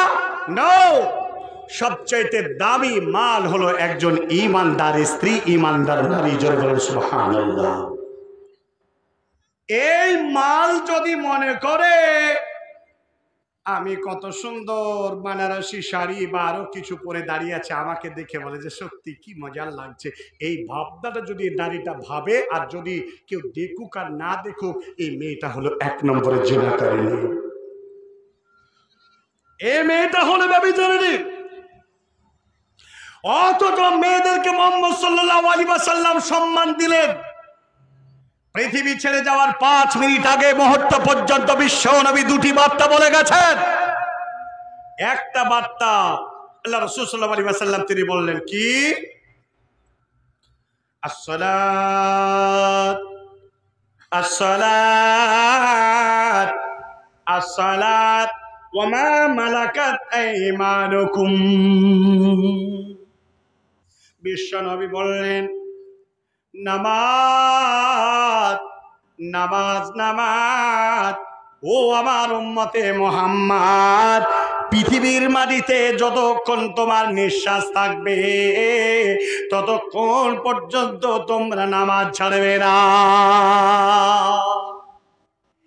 আর একটা তোমাদের উপরে দায়িত্ব দিয়ে গেলাম রে পুরুষ সম্প্রদায়ের উম্মতে মুহাম্মদ, সেটা হলো কি, আমি নারীদেরকে রেখে গেলাম, এই নারীদেরকে তোমরা বেইজ্জত করবে না, এই নারীদেরকে হিফাজত করবে, এই নারীদেরকে তোমরা সম্মান করবে। ওমা মালাকাত আইমানুকুম, এদেরকে তোমরা সম্মান করবে, নারীদেরকে তোমরা বেইজ্জত করবে না। কেন নবীজি দুটি ভাষা বললেন? জেনে রাখবেন, পৃথিবীর মাটিতে নারী সম্প্রদায় আজকে মানুষদের জেনার দিকে টেনে নিয়ে এসেছে। রাস্তাঘাটে পথাঘাটে ঝোপে ঝাড়ে জঙ্গলে হোটেলে বাড়িতে বিভিন্ন জায়গায় জিনা ব্যভিচার চলছে। ওরে জেনাকারিনী নারী, ওরে জেনাকারী পুরুষ, তোমরা শুনে নাও, আল্লাহ তাবারক ওয়া তাআলার নবী বলছে, শুধু তাই নাই রে উম্মতে মুহাম্মদ, আমি যখন মিরাজ গেলাম, মিরাজে যাওয়ার পরে আমাকে জান্নাত দেখানো হলো। আমি যে জান্নাত খানা থাকবো, এই জান্নাতের ঘরটাও আমাকে দেখানো হলো। ওরে উম্মতে মুহাম্মদ, শুনে নাও শুনে নাও শুনে নাও, আমাকে এরপরে জিব্রাইল এক হাত ধরলেন, মিকাইল এক হাত ধরলেন, আমাকে বললেন হুজুর ফান্তালেক আপনি চলে, ইনতালেক আপনি চলেন চলেন। বলে কোথায় যাব? বলে চলেন চলেন চলেন। ফান্তালাক না, নবীজি বলছেন আমরা তিনজনে চলতে শুরু করলাম। যেতে যেতে যেতে যেতে জাহান্নামের কিনারায় আসলাম।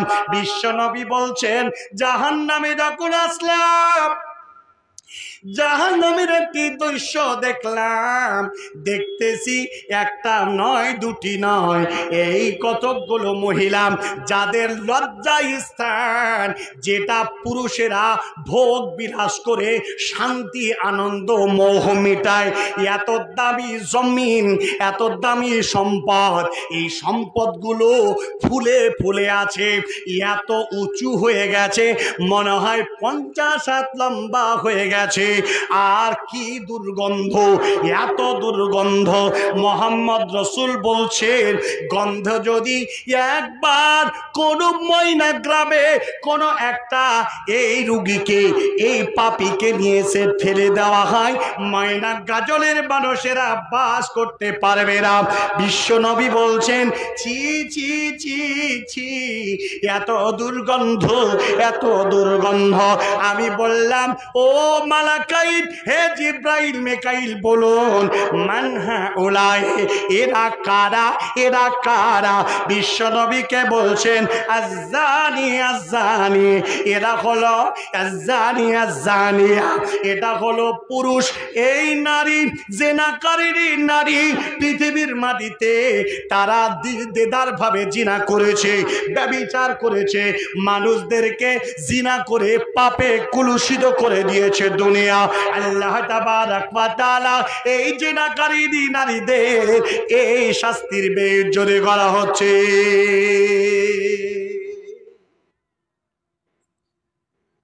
কত বেইজ্জত! আবার এই নারীদের জন্য রাসূল সম্মানের কথা বললেন। মুহাম্মদ সাল্লাল্লাহু আলাইহি ওয়াসাল্লাম বলছেন জিবরিল মিকাইল আমাকে বলছেন ইনতালে, হে আল্লাহ রসুল চলুন। ফানতালাকনা, চলতে শুরু করলাম। এলাম কোথায়? বলছে এত বাজে একটা জায়গায় এবার এসে পৌঁছালাম, একটা চুল্লি, যে চুলির ভিতরে নারী পুরুষ পুড়ছে, আর আগুনের যখন ঢেউ আসছে তখন তারা আগুনের ঢেউয়ে বাত্রার যেমন খড়কুটো যেমন পানিতে ভেসে যায়, ঢেউ হলে তার উপরে উঠে যায়, আগুনের ঢেউ চলছে, নারী পুরুষ তারা ঢেউ উপরে উঠে যাচ্ছে, আবার যখন ঢেউ নিচে নামছে তখন তারা আবার সেই চুলির তলায় চলে যাচ্ছে। চুলিটা কেমন আল্লাহ রাসূল বুঝিয়েছেন। এ জীবনে এই দুনিয়াতে দেখেছেন তন্দুরি রুটি বানায় এমন চুলো দেখেছেন কিনা? এই তন্দুরি চুলি বানানো গেহরা, মুখটা ছোট, ভিতরটা অনেক গেহরা। তন্দুরি রুটি মেরে দেয়, কাঠিতে করে তুলে নেয়, এইরকম গভীর গেহরা ধরনটা বুঝিয়েছেন রাসূল। এই চুল্লির ভিতরে পুড়ছে কারা? জানিয়া জানিয়াতা, ব্যভিচার পুরুষ আর ব্যভিচারিণী নারী। রাসূলুল্লাহ সাল্লাল্লাহু আলাইহি ওয়াসাল্লাম মেরাজ থেকে ফিরে এলেন, পৃথিবীর উম্মতদেরকে বুঝালেন আমাদের এই শিক্ষা নেওয়া দরকার। রাসূলুল্লাহ সাল্লাল্লাহু আলাইহি ওয়াসাল্লাম তিনি লাঠিতে ভর দিলেন, ঈদুল ফিতরে কিংবা ঈদুল আজহার নামাজ পড়লেন। পুরুষদের কাতারে পুরুষদের ঈদের মাঠে মেয়েদের ব্যবস্থাপনা ছিল, যেটা আজও থাকতে হবে। আপনাদের দেশে ঈদগাহে মেয়েরা আসে না? নাই? আর ঈদগাহে নামাজ পড়ে না মেয়েরা? না, পড়তে হবে। মসজিদে পড়ে মানে মেয়েরা একাকে ইমামতি করে পড়ায় নাকি? ওদের কে পড়ায় মসজিদে? না, শরীয়তের মধ্যে বড় আপত্তি, কোনো মেয়ে কোনো ইমাম হবে না। খুব ভালো করে শুনে যাবেন। আব্দুল কাবির ইসলাহি বলেছে, কথাটা নোট করে নেন।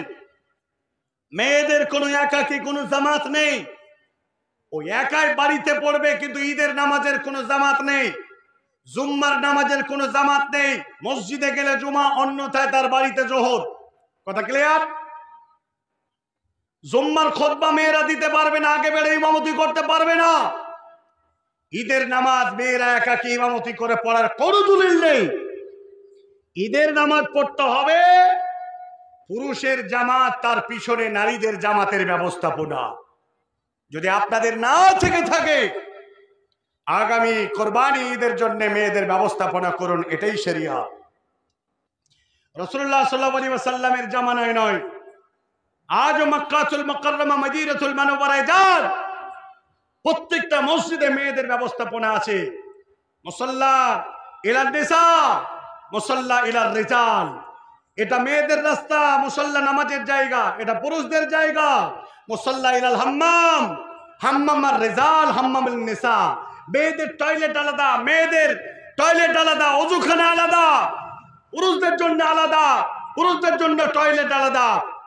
রাসূলুল্লাহ সাল্লাল্লাহু আলাইহি ওয়াসাল্লামের হাদিস বলছি আপনাকে, মুহাম্মদ সাল্লাল্লাহু আলাইহি ওয়াসাল্লাম ঈদের মাঠে পুরুষদের মাঝে খুতবা দিলেন, তারই পুরুষ বসে আছেন। মুহাম্মদ সাল্লাল্লাহু আলাইহি ওয়াসাল্লাম লাঠিটা নিলেন, আর পুরুষদের জামাতকে ফাড়ি দিয়ে গিয়ে মেয়েদের জামাতের সীমানায়, সীমারেখায় গিয়ে রাসূল দাঁড়িয়ে গেলেন। আল্লাহ রাসূল বলছেন, ইয়া মাসারান নিসা, এ মহিলার দলেরা, কি হলো?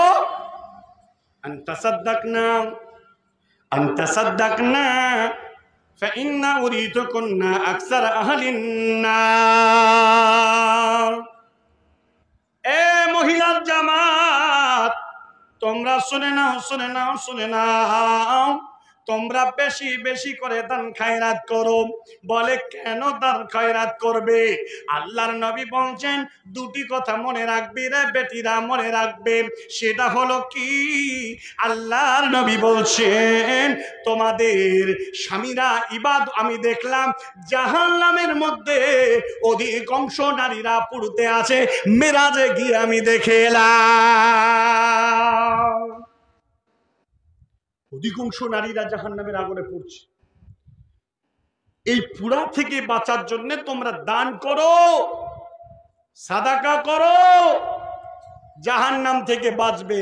দুই, তোমার স্বামী বেশি ইবাদত করে ফেলে, তোমার মাসে মাসে যখন হায়েজ বা মেন্স বা ঋতু হয়, তোমার স্বামীর এগুলো হয় না, তাহলে ওই 4 দিন 5 দিন যে তোমার স্বামী জামাত সহকারে সালাত আদায় করে, তুমি তো নামাজ পড়ো না, তাহলে নেকি কোথায় হলো? স্বামীর নেকি বেড়ে গেল, তোমার নেকি কমে গেল। এই ঘাটতি পূরণের জন্য তোমরা দান ও খায়রাত সাদাকা করো। প্রিয় ভাই সকল, বলছিলাম যে কথা, আজ আল্লাহ রাব্বুল আলামিন রাসূল সাল্লাল্লাহু আলাইহি ওয়াসাল্লাম এই নারী সম্প্রদায়কে সম্মান করতে বলেছেন। এই সম্মান করবে কে? এই পুরুষ সম্প্রদায়। কেমন করে সম্মান করবে? একজন পুরুষ তার পরিবারকে ডিরেকশন দেবে, তার পুরুষ পরিবারকে সে পরামর্শ দেবে। প্রত্যেকটা কথায় আল্লাহ তাবারক ওয়া তাআলা পবিত্র কোরআন সূরা নম্বর 9 সূরা আত-তাওবা আয়াত নাম্বার 112 খুলে দেখেন, আল্লাহ তাবারক ওয়া তাআলা ওখানে প্রায় 10টা কথা বলেছেন মুসলমানদেরকে আল্লাহ সন্তুষ্টি অর্জন করার জন্য 10টা গুণ তাদেরকে মেনে নিতে বলেছেন। তার মধ্যে একটা গুণ হলো এটাই, আল আমরু বিল মারুফ, ভালো কাজের আদেশ, ওয়া নাহুনা আনিল মুনকার, মন্দ কাজ থেকে বাধা দিতে হবে। এই দুটো কাজ, এই দুটো তাবলীগ কিন্তু পুরুষদেরকে তার পরিবারের কর্তা হিসাবে করতে হবে। কেন করতে হবে? খুলে দেখেন পবিত্র কোরআন, আল্লাহ তাবারক ওয়া তাআলা তিনি বলে দিয়েছেন, বিসমিল্লাহির রহমানির রহিম, কুনতুম খায়রা উম্মাতিন উখরিজাত লিন-নাস তা'মুরুনা বিল মা'রুফ ওয়া তানহাউনা আনিল মুনকার। আল্লাহ তাবারক ওয়া তাআলা বলছেন, কুনতুম খায়রা উম্মাত, যত উম্মাত এসেছিল তার মাঝে হে মুহাম্মদের উম্মাত তোমরা শুনে নাও, তোমরা হলে উত্তম উম্মাত। তোমাদের কাজ হবে কি? তোমরা বাড়ি থেকে বেরিয়ে পড়ো। কোথায় বেরাবে? বাড়ি থেকে বেরিয়ে যাও, মানুষদেরকে ভালো কাজের আদেশ দাও, মন্দ কাজ থেকে বাধা বিপত্তি দান করো। কেননা আপনার পরিবারের নেতা আপনি, আপনাকে ইসলামের নলেজ আপনার ভিতরে থাকতে হবে, আপনার স্ত্রীকে বোঝাতে হবে, আপনার সন্তানকে শেখাতে হবে। আপনার ছেলে শিখবে, আপনার মেয়ে শিখবে, আপনার বেটা শিখবে, আপনার বেটার বউ শিখবে, নাতি পোতারা শিখবে। মুসলমান, আজকে তোমার ভিতরে এই এডুকেশন কোথায় গেল? কে তোমাকে শিখাবে? ইসলাম কোথা থেকে তুমি শিখবে? আজ মুসলমানরা কোন রাস্তায় যাবে? হাজার ফিরকায় গোটা সমাজ যেন বিভ্রান্তের মধ্যে পড়ে আছে। কেউ বলে আমি হানাফি, কেউ বলে আমি ফরাজি, কেউ বলে আমি দেওবন্দি, আবার কেউ বলে আমি ব্রেলি। বলে না বলে না বাবজি, বলে না বলে না। সমাজের মাঝে এমন ভাব। কেউ বলছে মুহাম্মদ সাল্লাল্লাহু আলাইহি ওয়াসাল্লামকে আহলে হাদিসরা মানে না, ওইভাবে মানলে হবে না। বলে কেমন ভাবে মানতে হবে? বলে আমরা যেভাবে মানি সেভাবে মানতে হবে। মুহাম্মদ সাল্লাল্লাহু আলাইহি ওয়াসাল্লামকে ফরাজিরা বা আহলে হাদিসরা মানে না, এক শ্রেণীর লোকেরা মনে করেন বলে। তারা বলে, তারা কেমন করে মানতে বলে? বলে হ্যাপি বার্থডে চালু করতে হবে, মুহাম্মদ সাল্লাল্লাহু আলাইহি ওয়াসাল্লামের জন্ম দিবস পালন করতে হবে, কেক কাটতে হবে। মুহাম্মদ সাল্লাল্লাহু আলাইহি ওয়াসাল্লামের জন্ম এবং মৃত্যু তোমাকে পালন করতে হবে। ওরে বিশ্ব নবীকে মাননেওয়ালা, তুমি সাহাবাদের চেয়ে বেশি ভূমিকা পালন করে ফেলেছো। কিয়ামত পর্যন্ত কোন সাহাবীরা, কোন তাবেঈরা, তাবা তাবেঈরা মুহাম্মদ সাল্লাল্লাহু আলাইহি ওয়াসাল্লামের জন্ম দিবস পালন করেনি। একটা নজির কেউ দেখাতে পারবে? আর এরা এত সম্মান দিতে শুরু করলো, বলে মুহাম্মদ সাল্লাল্লাহু আলাইহি ওয়াসাল্লামের জন্ম দিবস পালন করতে হবে, ডিজে বাজিয়ে রাস্তাতে ফুল ফল ছিড়িয়ে এমন মাতম তারা শুরু করলো। আবার এরা মানতে মানতে মানতে এমন একটা জায়গায় পৌঁছালো, বলছে স্রষ্টাতে ছিলেন, মানে আল্লাহ ছিলেন, বলে নাউজুবিল্লাহ। স্রষ্টাতে ছিলেন, সৃষ্টিতে এলে, মাকামে মুহাম্মদ সাল্লাল্লাহু আলাইহি। মারাত্মক শিরিক কথা জোরে বলে নাউজুবিল্লাহ।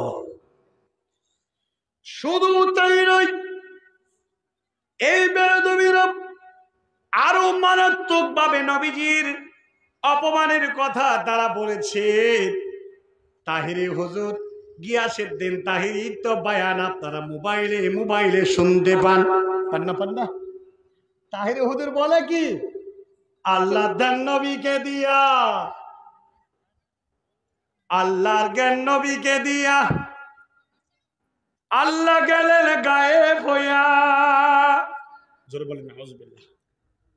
আল্লাহ ধন নবীকে দিয়া, আল্লাহ গেলেন গায়েব হইয়া। নবীর ধন খাজা পাইয়া শুইয়াছেন আজমিরে, কেউ ফিরে না খালি হাতে, খাজা তোমার দরবারে। জোরে বলেন আস্তাগফিরুল্লাহ, নাউযুবিল্লাহি মিন যালিক। এই মুশরিকদেরকে আল্লাহর জমিনে বেঁচে থাকার কোনো অধিকার নাই। ইসলামী দেশ হলে তাদেরকে কতলের যোগ্যতা, তাদেরকে হত্যা করে দিতে হবে। শুধু তাই নয়, মুসলমানদের অধঃপতনে তলিয়ে যাবার আর একটা বড় মৌলিক কারণ, কিছু তারিখর দেখেছেন? তারিখর, এরা তারি পান করে। তো কতকগুলো বাউল এই বাউল তারিখরেরা, এক বাউল তারিখর তারি পান করছে, বোঝেন কিনা? তো ওর এত লম্বা লম্বা মুছ, ওরা মুচও কাটে না, ওরা বগলের মুচো কাটে না, নাভির নিচের মুচো কাটে না। আর এত লম্বা মুছ, তো মুছ ছেড়ে ছেড়ে ও কিন্তু তারি পার করছে। তা আর একজন বাউল বলছে, আবে তো মুছ ছেড়ে তারি খেছিস, তার মানে তারি তো বলছে না, মুছ ছেড়ে মাল খেছিস বলে। তাহলে হুজুররা বলেছে মুচের পানি হারাম জিবে, মুচের পানি হারাম, তার লেগে মুছ ছেড়ে মাল খেছি। এ হারাম খোর খাচ্ছে কি? আর হারাম খোরের হারামের পানি ঠেকবে কোথায়? শুধু তাই নয়, গাঁজা টানতে আছে শিকল বাবা, ভণ্ড বাবা, খাজা বাবা, ধর্মের বাবা, ধর্ম ব্যবসায়ী বাবা, মাথায় সবুজ ফেটা আর জটাধারী চুল, বড় চুলের ঝুঁটির লাঠি নিয়ে বসে আছে কবরের কাছে। যার সন্তান হয় না, আসো সিজদা দাও, বাবা পীরের দরবারে সন্তান চাও। সন্তান হবে। পাথর চাপড়িতে একবার গিয়েছিলাম শুধু দৃশ্য দেখার আগে, 2007 সালে। গেলাম কার সাথে? বলে আর এক মুশরিকের সাথে। ও নতুন মারুতি গাড়ি কিনেছে, আর ওই মারুতি গাড়ি নাকি মিলাদ দিতে যাবে। যাবে কোথায়? বলে বীরভূমের পাথর চাপড়িতে। বলে যাই বেটা। বলে চলেন হুজুর যাবেন? বলে চলেন যাই, দেখি আপনাদের কারোবার কি। পৌঁছালাম, গাড়ি রেখে দিল। শুক্রবারের দিন পীর বাবা, ধর্ম ব্যবসায়ী বাবা এখন আসবেন না। বলে হুজুর চলুন। বলে কোথায়? বলে পীর সাহেবের পুকুরে। বলে পীর সাহেবের পুকুরে কি আছে? বলে ওই পুকুরে পীর সাহেব গোসল করতেন। পীর সাহেবের মাথার আর সব চুলের পানির ঝরা, চুলের পানি ওই পুকুরে নির্গত। এই পুকুরে যদি কেউ একবার গা ধুয়ে নেয়, তার জীবনের পাপ ক্ষমা হয়ে যাবে, নিষ্পাপ হয়ে পুকুর থেকে উঠে যাবে। এই সুযোগ আপনি কেন ছাড়বেন? কথা বুঝেন কিনা? আমার লোম খাড়া হয়ে গেল। বলেন নারী পুরুষ পর্দার তো কোনো বিন্দু পরিমাণ কোনো চিহ্ন নেই। কে কার গায়ে পড়ে, কে কোথায় গোসল করে বোঝা যায় না। কেটা কার বউ না বেটি, সব একাকার। গোসলে নেমে গেল। পীর সাহেবের পুকুরে পা গোসল করলে নাকি তার পাপ ক্ষমা হয়, নিষ্পাপ হয়। আর আমার নবী বলে দিয়েছেন, তোমরা যদি বাইতুল্লাহ কাবাতে তোমরা যাও, ওমরা যদি করো, আল্লাহর সন্তুষ্টির জন্য তুমি যদি মাথা নেড়া করে 7 পাক দিয়ে জমজমের পানি সাফা মারওয়া দড়ে মাথা নেড়া করো, আর নিয়ত যদি আল্লাহর সন্তুষ্টি থাকে, তাহলে তুমি নিষ্পাপ হবে। পীর বাবা বলেছেন, পীর সাহেবের কবর পুকুরে যাও, গা ধাও, সব তোমার পাপ। আরে এমনও লোক আছে জিনা করে এখনো লিঙ্গ ধয়নি, ও গোসল করছে, ওর পাপ বলে মাফ হয়ে যাবে। নালায়েক বেয়াদব, যার ভিতরে তেহজিব নেই। গোসল করলো, দাঁড়িয়ে দাঁড়িয়ে দেখলাম গোসল করে করে করে গোটা পুকুরে দাপানি করে গোটা পুকুরের পানি মনে করে দই হয়ে গেছে। উঠে এলো, বলে গোসল শেষ হলো। নারী পুরুষ ওপেন ভাবে, যেমন আজকে গঙ্গার ধারে নারী পুরুষ এমন ভাবে গোসল করে গঙ্গার পানি নিয়ে গিয়ে তারা শুদ্ধ করার জন্য বাড়িতে নিয়ে যায়। কে নারী কে পুরুষ বোঝা যায় না, শরীরের সব অঙ্গই দেখা যায়। এক গোসলও হয়, এক লীলাও হয়, কথা বুঝেন কি না? শেষ গোসল, সবার সামনে নারীরাও কাপড় ছাড়ছে, পুরুষেরাও কাপড় ছাড়ছে। আমি বলি এই মাঝে যদি ধর্ষণ হয়ে যায় দোষ দিবি কাকে? এই মাঝে যদি ধর্ষণ হয় তো দোষ দিবি কাকে? হাইরে মুসলমান, যে ধর্ষণ করবে নাকি সেই অপরাধ। ভাইরা আমার, গোসল হয়ে গেল। গোসল হয়ে যাওয়ার পরে তারা ভালো কাপড় পরলো, মেয়েদের মাথার চুল তারা ছেড়ে দিল, মাথাটা ঢাকলো না। আমার সাথে যারা গেছে তাদের মেয়েরাও মাথার চুল ঢাকলো না। আর তারা বড় প্রসাদ থালির মতো তারা সাদা সাদা ক্ষীর খইগুলো তারা কিনে নিল তাদের গোল্ডেন কালারের ন্যাকড়া, আর তাতে নিল আগরবাতি বাতাসা। এই নিয়ে তারা কবরের দরবারে তারা যেমন দুর্গা দেবীর কাছে পুজোর প্রসাদ দিয়ে হিন্দু মেয়েরা যায়, এইভাবে নারী পুরুষেরা তারা এই দাগনা এই কুলো নিয়ে এই প্রসাদের থালা নিয়ে তারা কবর গায়ে চলে গেল। জিয়ে রেখেছি ধর্ম ব্যবসায়ের ভণ্ড পীর বাবা পাথর চাপড়ে হাজি আলী। আর আপনার যে জায়গায় এটা হয় না কেন সে জায়গার কথা মনে করেন। চলে গেল অনেক মানুষেরা কবরে সিজদা দিল। আমার তো রাগে কন্ট্রোল করতে পারলাম না, কন্ট্রোল করতে হবে। যদি আমি সেখানে মুখ খুলে আমি তার প্রতিবাদ করি, আর একটা কবর আমার জন্য বানাবে। কথা ঠিক কিনা বন্ধুরে আমার? বড় চুলের ঝুঁটি, এত লম্বা মোটা চুলের ঝাবড়ু ঝুঁটি বেঁধেছে। ওই চুলের ঝুঁটির মাথায় আছে ছোট্ট একটা লাঠি। যে বেটা সিজদায় যেতে আছে তাকে ওই চুলের ঝাড়িটা একবার দুবার তিনবার করে ঝুলিয়ে দিচ্ছে।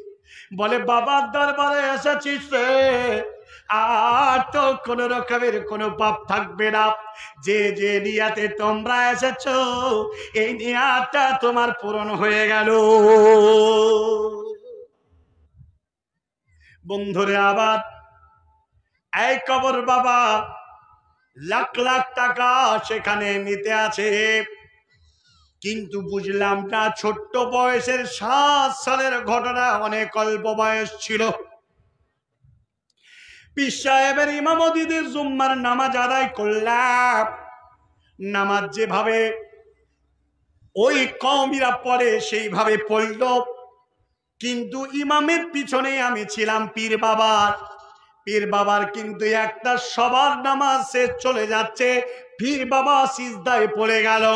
আমি ভাবলাম এই পীর বাবা তার জীবনের ভুলের খেসারতের জন্য আল্লাহর কাছে ক্ষমা চায়, যেমন ক্ষমা চেয়েছিল ফেরাউন। ফেরাউন মাটির তলায় পানির তলায় যখন ডুবে পচা কাদা খাচ্ছিল, আর যখন তার কওমিরা পানি চাইতো, আপনি বলেছেন ফাকালা আনা রাব্বুকুমুল আ'লা, আমি হলাম পৃথিবীর সর্বপ্রথম বড় আল্লাহ, আমার চেয়ে বড় কেউ নাই।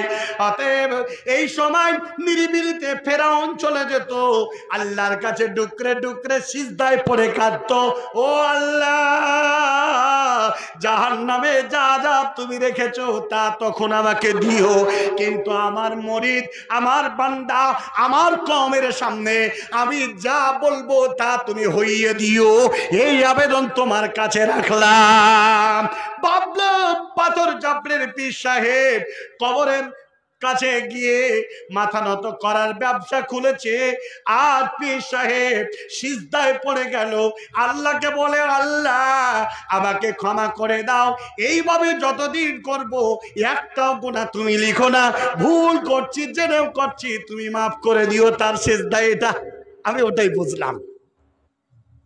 এই বাবারা কত বড় ধূর্ত ধর্ম ব্যবসায়ী মুসলমানদের মধ্যে। মানুষ, সাধারণ মানুষ যাবে কোথায়? বলছেন আমি তো এর ব্যাপারে একটা কবিতা বলি। কি বলি?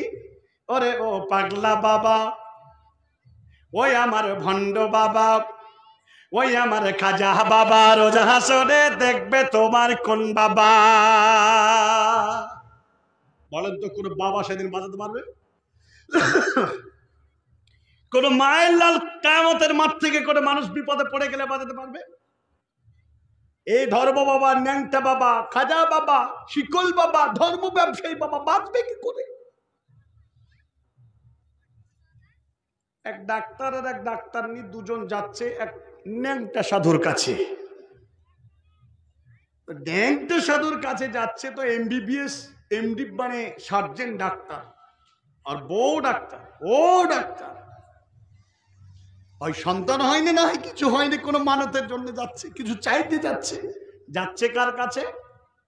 ন্যাংটা সাধুর কাছে, ন্যাংটা বাবার কাছে। ও ন্যাংটা বাবা এত বুড়ো হয়ে গেছে, ওর কাপড় একটা লাল সুতো নাই, যদি দাঁড়ায় তো মনে হয় শুধু লিচুর খুসা ঝুলছে, বুঝেন কিনা? এই বাবার কাছে যাচ্ছে ডাক্তার আর ডাক্তার নেই। যাওয়ার পরে ডাক্তার যাওয়ার একটু আগে বলে, এই কখনো যে যেন উল্টে পাল্টা কিছু বলো না, বলে কার মধ্যে কি আছে বলা যায়? ডাক্তার বলছে ডাক্তার দিকে, বুদ্ধিমতী মহিলা ডাক্তার নিয়ে তিনি বলছেন ওর ভিতরে আছে কি সবই তো সামনে বেরিয়ে দেখছি, ওর ভিতরে আছে কি সবই তো দেখতে বুঝাম। আচ্ছা বলুন, করে মানুষ যদি উলঙ্গ থাকে তার কোনো আভিজাত্য, মান, সম্মান, ইজ্জত থাকে? তো এই বাবা তো সবই বাইরে। এই বাবারা পরকালে পার হতে পারবে না। এজন্য আমি কি বলি জানেন? ওরে ও পাগলা বাবা, ওই আমার ভণ্ড বাবা, ওই আমার খাজা বাবা, রোজ হাসরে দেখবে তোমার কোন বাবা। নামাজের ওই ধারে ধারি না,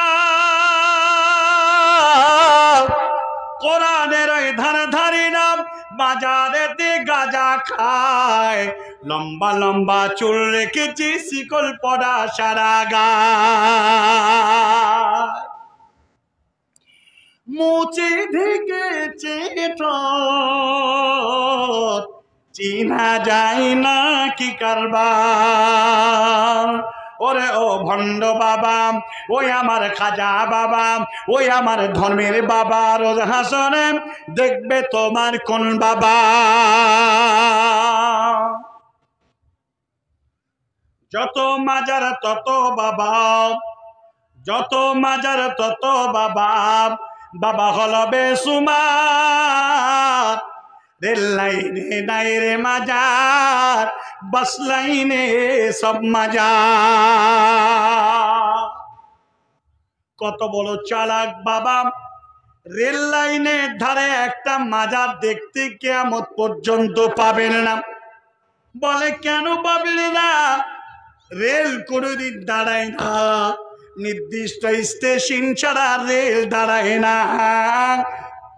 আর ওই কবরে ট্রেন দাঁড় করাতে পারবে না, বাবার অরু সফল হবে না, বাবার টাকা উপার্জন হবে না। যত মাজার তত বাবা, বাবা হলো বেসুমার। রেল লাইনে নাই রে মাজার, বাস লাইনে সব মাজার। জি হ্যালো। এই জন্য ওরা যত কবর সব বাস, ট্রাক, পায়ে হাঁটা, মোটর বাইক যাওয়া এই রাস্তার ধারে কবরগুলো করে। এই জন্য আমি বলে থাকি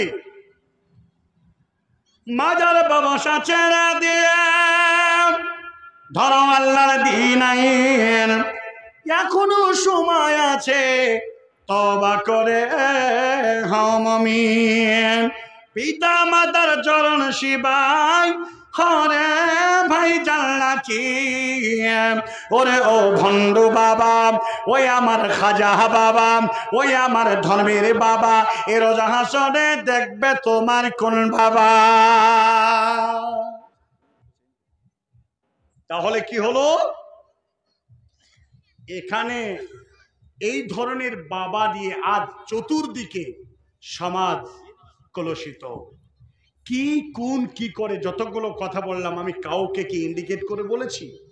মুসলিম যদি হতে হয় শিরকের কোন রকমের কোন দ্বার দরজা খোলা যাবে না। এজন্য আসেন, ফিরে আসেন। আরে পীর তো ছিল আব্দুল কাদের জিলানী রাহিমাহুল্লাহ, এদের মতো শাহজালাল, এদের মতো দামি পীর, এদেরকে কোনোদিন কবর বা কোনো সিজদা বা কোনো ধান্দা এগুলো তারা তৈরি করেনি। এজন্য আমি আপনার কাছে বলতে এসেছি, আজ মূল মাদ্দা কথা হলো এটাই, আমরা এক আল্লাহ ছাড়া আর কারো পূজা করব না।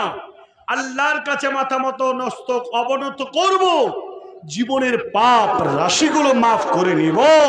পৃথিবীর মাঝে প্রত্যেকটা পরিবার তার পরিবার পরিজনকে আল্লাহ তাবারক ওয়া তাআলার দিকে সিজদা অবনত করার মানসিকতায় তাদেরকে তৈয়ার করব। হারাম থেকে বাঁচব, হালাল উপার্জন করব। জেনে রাখবেন, পৃথিবীর মাঝে চারজন ব্যক্তির বেঁচে থাকার অধিকার নেই। এক, কোন ব্যক্তি যদি বলে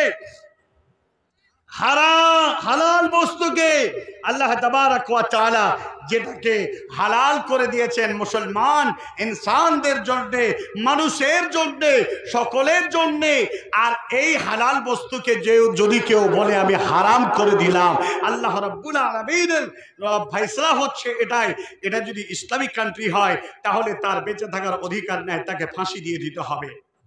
দুই, কোন ব্যক্তি যদি কোন মানুষকে হত্যা করে, কোন খুন করে, তাহলে খুনের বদলা তাকে খুন করে দিতে হবে। আমাদের ইন্ডিয়ার কনস্টিটিউশন অনুযায়ী কোন মানুষকে খুন করলে তার বদলায় তাকে খুন করা যাবে না, তার আইনের ব্যবস্থা আছে, সেই ব্যবস্থায় বিচার হবে। ইসলাম বলছে কোন যদি কেউ খুন করে, হত্যা করে কাউকে, হত্যার বদলে তাকে হত্যা করে দিতে হবে। আরব সাম্রাজ্যে এই ফয়সালা এখনো রয়েছে। তিন নাম্বার কথা, কোন অবিবাহিত পুরুষ নারী যদি জিনায় জড়িয়ে যায় তাহলে তাদেরকে 100 কোড়া মেরে মেরে মেরে মেরে তাদেরকে সেখানে শেষ করে দিতে হবে। 4, যদি 3 নাম্বার সেই পুরুষ নারী যদি বেঁচে থাকে, শরীয়ত বলে দিয়েছেন ওকে এই দেশে রাখা যাবে না, ওকে দেশ থেকে 1 বছরের জন্য বাড়ির বাইরে তাকে বের করে দিতে হবে। 4 নাম্বার পুরুষ নারী বেঁচে থাকতে পারবে না। যারা বিবাহিত পুরুষ, বিবাহিত নারী যারা জেনা ব্যভিচার করলো, আল্লাহ তাবারক ওয়া তাআলা এই নারী পুরুষের বিবাহিত জেনাকারিনীদেরকে আল্লাহর জমিনে এদের যদি সাক্ষী সমুদ্র এসে যায় তাদেরকে জনসমুদ্রের মাঝে গর্ত করে তাদের পুঁতে দিতে হবে, আর তাদেরকে বুক পর্যন্ত পুঁতে দিয়ে ইট ঢিল পাথর মেরে তাদের মেরে ফেলতে হবে। এটার নাম হলো শরীয়তের ফয়সালা, এটার নাম হলো কোরআনের ফয়সালা। আল্লাহ তাবারক ওয়া তাআলা তিনি বলে দিয়েছেন লা নারজুমান্নাকুম ওয়ালা ইয়ামাসান্নাকুম, এদেরকে ইট ঢিল পাথর মেরে মেরে ফেলো, এদেরকে রজম করে দাও, এদেরকে সংগীসার করে দাও। ও মুসলমান, আজ আমার ঘরে আপনার ঘরের নারীরা হালাল স্বামী ঘরে রাখার পরে অন্য হারাম পুরুষের বিছানায় চলে যায়, আবার অন্য পুরুষেরা হালাল বিবি রাখার পরে অবৈধ নারীর কাছে তারা চলে যায়। মুসলমান, একটা কথা আপনি জেনে রাখবেন, এদের যদি ফায়সালা হয়ে যায় আল্লাহর জমিনে তারা বেঁচে থাকতে পারবে না। এই দেশে যদি সেই বিচার বিশ্লেষণ হতো, জেনে রাখবেন হাজার হাজার ওই প্রকৃতির দুলা ভাইদের বেঁচে থাকার অধিকার নয়, এদেশের হাজারো শালিকার বেঁচে থাকার অধিকার নাই, যারা অবৈধভাবে নিজের বোনকে রেখে দিয়ে বহনুর সঙ্গে, দুলা ভাইয়ের সঙ্গে, জিজুর সঙ্গে তারা নোংরা ব্যবহার করে, হালাল বিবিকে ঘরে রেখে দেয়, শালিকার সঙ্গে রাত্রি যাপন করে।